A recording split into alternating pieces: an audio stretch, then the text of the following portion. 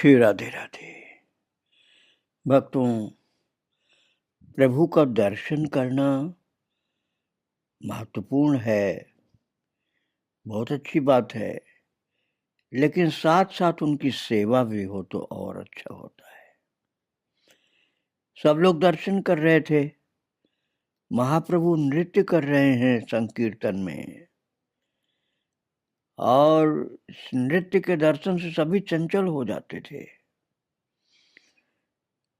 और महाराज कितने तो उनका दर्शन करके स्वयं नृत्य कर रहे हैं। लेकिन उन्हीं दर्शकों में एक हैं श्री नित्यानंद जी महाराज, निताई। उनका कीर्तन में मन नहीं ज्यादा, तो फिर उनका मन कहाँ है? उनका मन है इस बात पर टिका हुआ कि प्रभु मूर्छित होकर जमीन पर कहीं गिर न जाएं।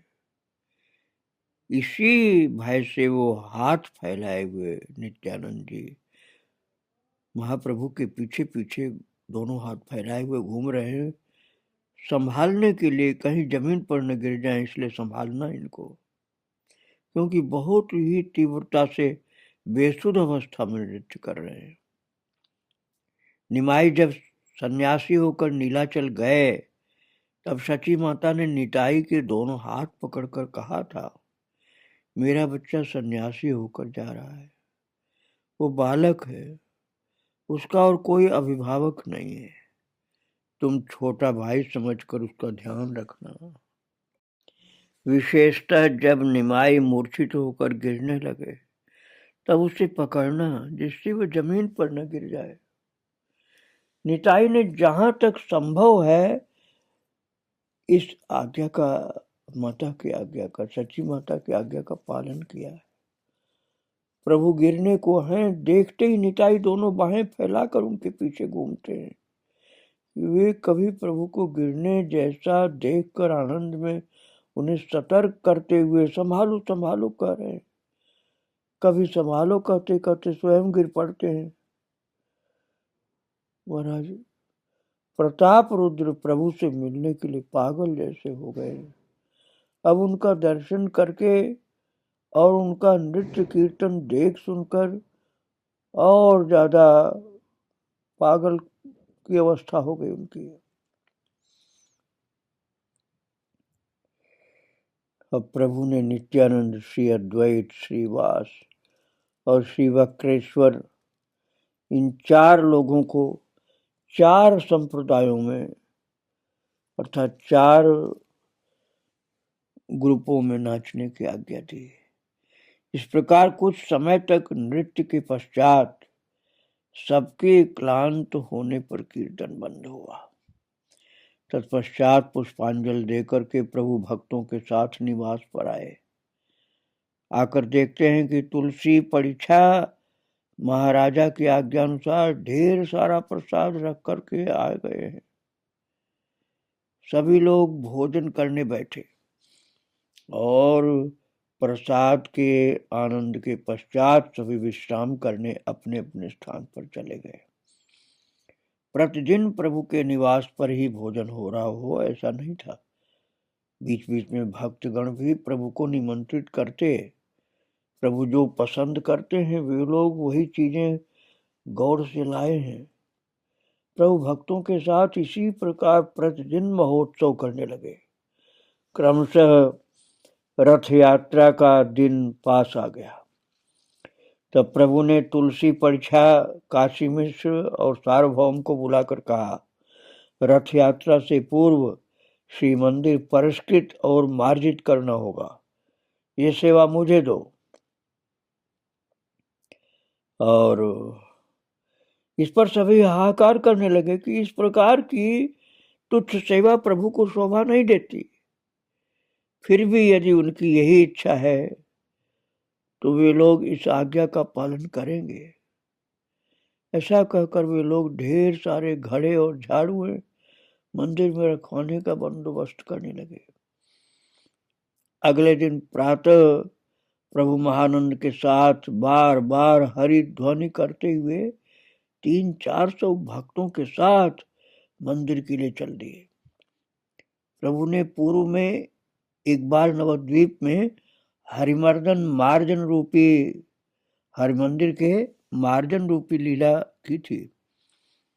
भक्तों को भक्ति से उत्तेजित करने के निमित्त प्रभु ने प्रत्येक को अपने श्री करों द्वारा चंदन लगाया और माला पहनाई, और भक्तों ने श्री कर स्पर्श युक्त चंदन प्राप्त कर महाआनंद के साथ मंदिर में प्रवेश किया। और भक्तों ने देखा कि तुलसी परीक्षा ने 100 झाड़ुओं और बहुत सारे घड़ों का बंदोबस्त कर दिया है। तब सभी कमर बांध कर सफाई करने लगे। इस कार्य में प्रभु अवश्य ही सबसे आगे थे। यहाँ कोई प्रश्न कर सकता है कि जिन प्रभु ने ब्रज के अति निगूढ़ रस की जीवों को शिक्षा दी है, वे मंदिर मार्जन सेवा के समान अति स्थूल साधन प्रणाली की शिक्षा भक्तों को क्यों दे रहे हैं? वस्तुतः जिस कार्य से भक्ति का उद्रेक हो वही कार्य प्रभु सम्मत है। महाराज प्रताप रुद्र की सेवा ये थी कि जब जगन्नाथ जी का मंदिर का रथ जो होता है मंदिर त्याग करके सुंदराचल गमन करता, तब वे स्वर्ण मार्जनी लेकर के आगे पथ साफ करते हैं सोने की झाड़ू से, और चंदन जल के छींटे देकर उसे पवित्र करते हैं। यही सेवा देख करके प्रताप रुद्र के ऊपर प्रभु ने कृपा की। सोचिए, श्री मंदिर भगवान का वास स्थान है, मैं उसका मार्जन अर्थात सफाई कर रहा हूं।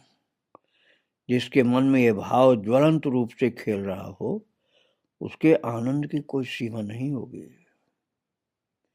भक्ति कार्य में छोटा बड़ा नहीं, स्थूल सूक्ष्म नहीं। वस्तुतः जब भक्तों ने मंदिर परिष्कार करना आरंभ किया तब सभी भक्ति से विगलित हो गए। सभी पल पल में हरि ध्वनि द्वारा दिशाओं को निनादित करने लगे। प्रभु का उत्साह सबसे अधिक है और वे उसी अनुपात में कार्य कर रहे हैं। जो अच्छी तरह से कार्य कर रहे हैं प्रभु उन्हें साधुवाद देते हैं, और साधुवाद पाने के लिए सभी प्राणपण से परिश्रम कर रहे हैं।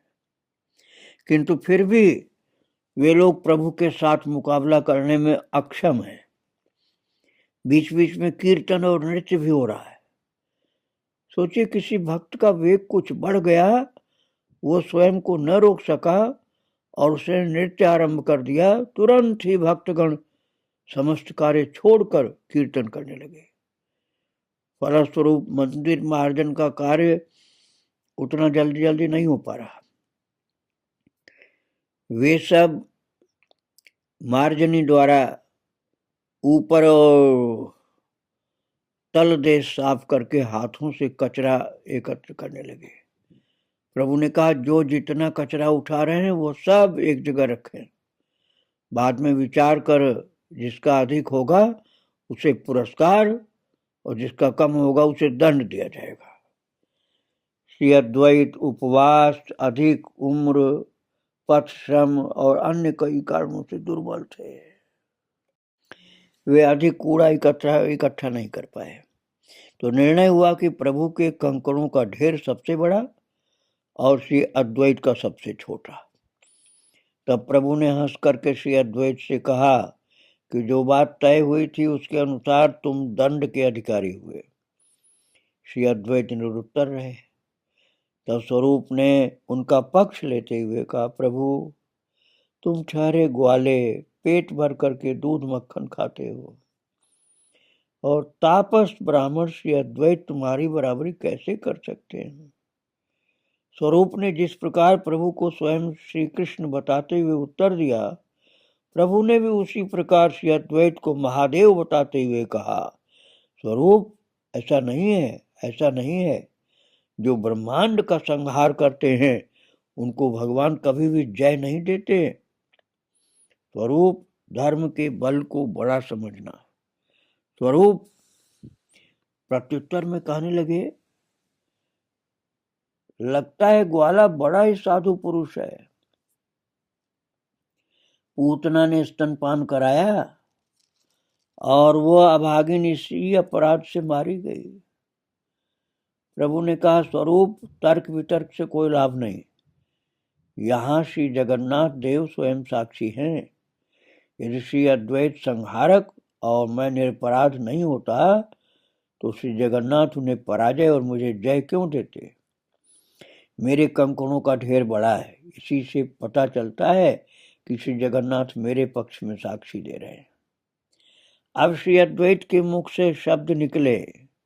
उन्होंने कहा, जो सृजन होता है वो स्वयं को, सृजन जो होता है ना, अच्छा आदमी, भक्त या महान, वो स्वयं को स्वयं का साक्षी नहीं मानता।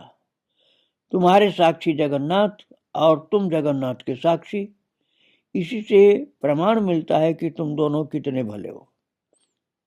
इस प्रकार नृत्य, गीत और कायिक परिश्रम के साथ हास्य कौतुक भी हो रहा था और मंदिर परिष्कार करने के बाद जल लाने की आज्ञा हुई। भक्तों, गौरांग महाप्रभु का अंतर जो है, अर्थात भीतरी जो भाव है, जिस प्रकार पवित्र और शीतल है, उन्होंने मंदिर को भी परिष्कार करके, धौत करके, सफाई करके उसी प्रकार शीतल और पवित्र कर दिया। भक्तगण मंदिर में जल डाल रहे हैं और इसी बहाने कोई कोई प्रभु के श्री चरण धोकर उस जल का पान कर रहे हैं। मेरे प्रभु सरल चित्त हैं, वे इसका बिंदु मात्र भी नहीं जान पा रहे। इसी बीच एक सरल बुद्धि बंगाली ब्राह्मण प्रभु के चरणों में एक घट जल डाल करके अंजलि द्वारा उसे पीने लगे। तो प्रभु ब्राह्मण का कार्य देखकर क्रुद्ध हुए, कहने लगे, स्वरूप मेरी दुर्गति देखो। ये जगन्नाथ का मंदिर है, इसके बीचों बीच इस ब्राह्मण ने मेरे पैर धोए और उसी अपवित्र जल का पान किया। देखो, ये दीनता है प्रभु की भक्तों। उस जल के समान तो पवित्र नहीं हो सकता, लेकिन उन्होंने कहा मेरा पैर धोकर अपवित्र जल का पान किया, और ये भी कहा कि अब बोलो मेरी क्या गति होगी। ये ब्राह्मण तो निर्बोध है, भला बुरा नहीं जानता, किंतु श्री जगन्नाथ के निकट मेरे अपराध का मोचन किस प्रकार होगा। श्री जगन्नाथ और प्रभु में कुछ भी भेद नहीं है, ये भक्तगण भली भांति जानते हैं। इसलिए ब्राह्मण के ऊपर उन लोगों को जरा भी क्रोध नहीं आया, बल्कि उसके प्रति बड़ी भक्ति पैदा हुई। फिर भी प्रभु ने क्रोध किया है, अर्थात वे धर्म शिक्षा दे रहे हैं, इसलिए प्रभु की बात पर सहानुभूति दिखानी पड़ी। तो स्वरूप ने उस ब्राह्मण की गर्दन पकड़कर उसे धक्का देते हुए उस स्थान से बाहर कर दिया। ब्राह्मण भी दंड पाकर के महासुखी। भक्तगण उसे उसके कार्य के लिए साधुवाद देने लगे। भक्तगण के परामर्श के अनुसार वो ब्राह्मण पुनः भीतर आया एवं प्रभु के चरणों में पतित होकर कहने लगा, प्रभु मैं मूर्ख भला बुरा क्या समझूं, मूर्ख हूं, भला बुरा कुछ नहीं समझता हूं, मुझे क्षमा कीजिए। प्रभु कुछ नहीं बोले, सिर्फ हंस दिए। उनके हंसने से ही सब झगड़ा झंझट परेशानी सबकी खत्म हो गई और वो क्षमा अपने आप हो गई उसके लिए भी।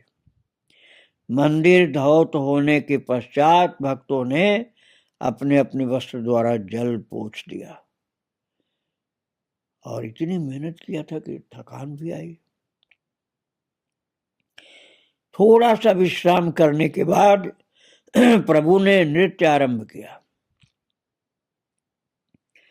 और प्रभु का उद्दाम नृत्य देख करके भक्तगण थोड़ा भयभीत होते कि वो इस नृत्य में प्रभु की पछाड़ देख करके हृदय सूख जाता, कहीं गिर न जाए। स्वरूप ने ऐसा आभास होते ही कीर्तन को विराम दिया अतः प्रभु ने भी क्रमशः नृत्य बंद कर दिया और सभी के थोड़ा शांत होने पर प्रभु ने भक्तगण के साथ सरोवर में छलांग लगाई एवं कृष्ण की बाल लीला के भाव में विभावित होकर सभी ने जल केली आरंभ कर दिए। किसी को भी बाह्य ज्ञान नहीं था, क्या वृद्ध क्या युवा, सभी ने नितांत बालकों की भांति खेलना आरंभ कर दिया। जो अति ज्ञानी है वो भी शिशुवत डुबकी लगाकर जिसे भी सम्मुख पाते हैं उसी का पैर पकड़कर खींचने लग जाते हैं। प्रभु श्री अद्वैत और नित्यानंद के मध्य जल युद्ध छिड़वा करके रंग देख रहे हैं। अब भक्तगण भी प्रभु और गदाधर के मध्य जल युद्ध छिड़वाकर बदला ले रहे हैं। बाल्यावस्था में प्रभु ऐसे खेल में बड़ा आमोद पाते थे, बाद में भी उसी क्रीड़ा रस का आस्वादन करते। कृष्ण प्रेम जीव को शिशु की भांति चंचल कर देता है और वन जाकर उपवास करके योग द्वारा अष्ट सिद्धि लाभ और ये श्री कृष्ण की वृंदावन की क्रीड़ा, इन दोनों की तुलना नहीं। प्रभु की क्रीड़ा में तो आनंद ही आनंद है और वन में उपवास करना, कठिन योग करना, उसमें तो श्रम ज्यादा होता है। जल क्रीड़ा समाप्त कर सभी ने नरसिंह देव को प्रणाम किया और उपवन में प्रवेश किया। वहां महाराज की आज्ञा से काशी मिश्र और तुलसी परीक्षा ने 500 लोगों के लिए अति उपादेय प्रसाद लाकर रखा। समस्त दिन के परिश्रम के उपरांत भक्तगण को जैसी भूख वैसी ही उपयोगी प्रसाद। 300-400 भक्तों के साथ प्रभु प्रसाद पाने के लिए बैठे। मध्य स्थान में प्रभु, उनके दक्षिण में सार्वभौम, पार्श्व में पुरी और भारती और उनके बाद अद्वैत एवं नित्यानंद। इन दोनों को झगड़ा करने में सुविधा रहेगी ऐसा सोचकर भक्तगण ने जानबूझकर पास पास बिठा दिया। आज सार्वभौम का समन्वय होगा। वे बड़े शुद्धाचारी ब्राह्मण और विधि के दास हैं। आज 36 वर्ण एकत्र होकर के महाप्रसाद ग्रहण करेंगे, अर्थात वही छोटी से छोटी जात के घर का भात और छोटे से छोटे जात के हाथों से 36 वर्ण के लोगों के साथ ग्रहण करेंगे। तभी सार्वभौम को प्रभु ने स्वयं पकड़ करके अपने पास बिठाया है। प्रभु हरिदास कह करके आवाज देने लगे। अब सबको यही पता था कि हरिदास तो मुसलमान है। अब महाप्रभु जी सबकी जात पात का अहंकार मिटाना चाहते हैं।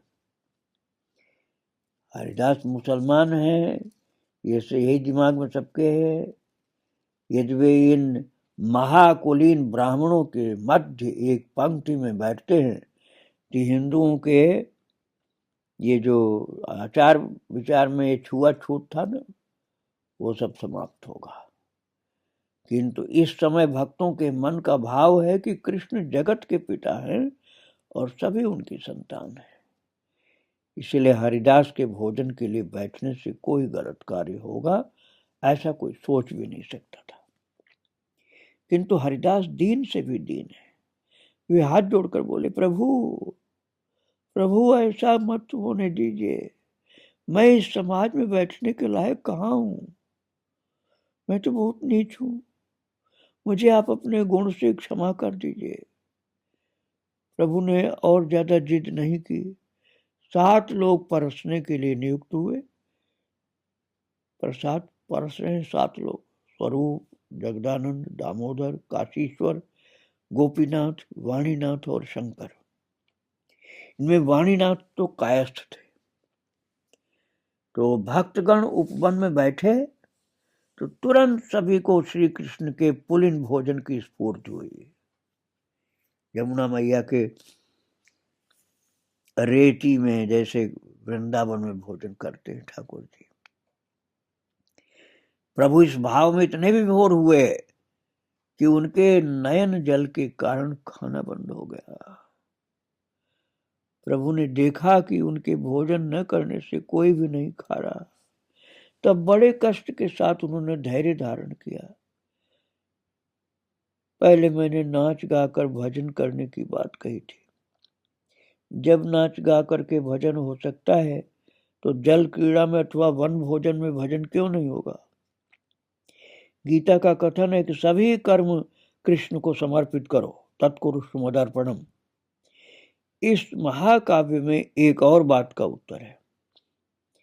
ये बात महाराज भक्त लोग सीखते हैं। जीव के कर्मों का बोझा कौन ढोएगा। जीव को अपने कर्मों का फल ग्रहण करना ही होगा, अतः उसे स्वर्ग नरक और पुनर्जन्म भोगना होगा। इस बात का उत्तर यह है कि सभी कर्म कृष्ण को समर्पित करने से वे ही उस सारे भार को वहन करेंगे।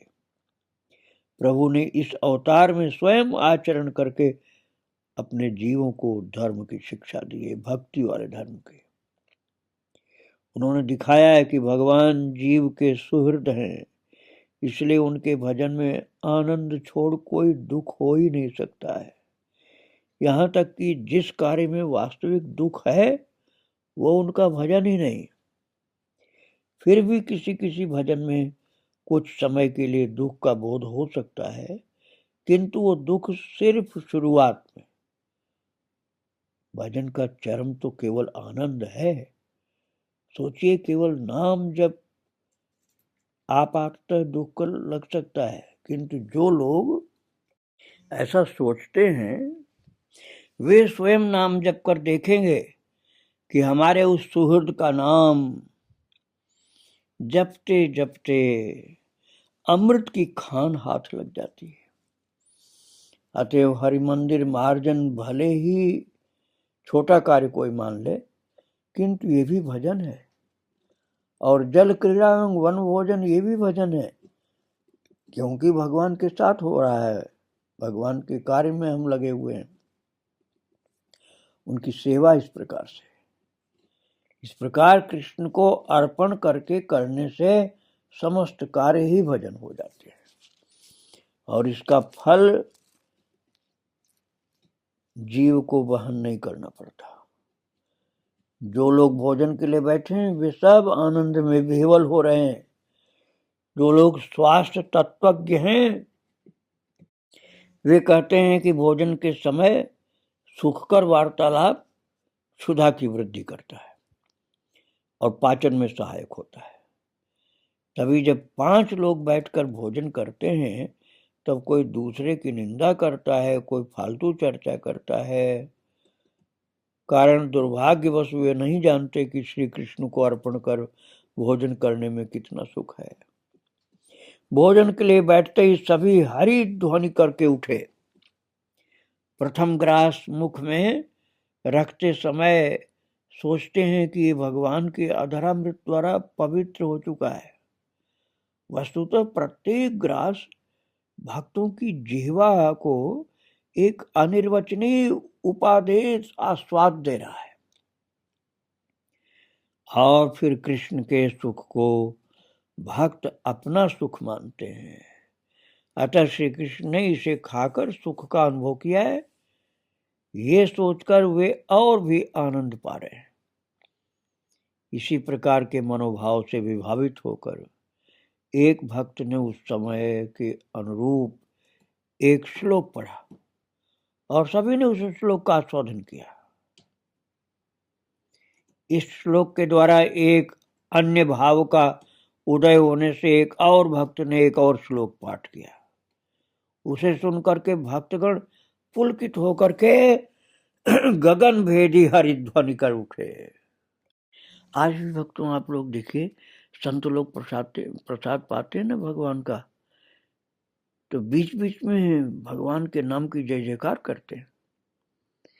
ये परंपरा संभवतः महाप्रभु जी ने चलाई थी। तो सब लोग महाप्रभु के साथ बैठे हुए प्रसाद पा रहे हैं। ये छवि बड़ी अद्भुत है।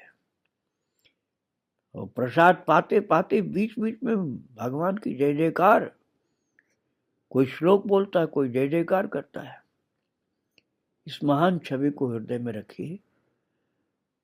कन्हैया के ही स्वरूप श्री गौरांग महाप्रभु प्रसाद पा रहे हैं और सब उनके सखा और भक्त लोग प्रसाद पा रहे हैं। आगे की चर्चा कल की जाएगी। आज प्रभु को, उनके भक्तों को बारंबार वंदन। जय जय श्री राधे श्याम, जय जय श्री सीताराम। वृंदावन विहारी लाल की जय, राधा रानी की जय, गौरांग महाप्रभु की जय। श्री राधे।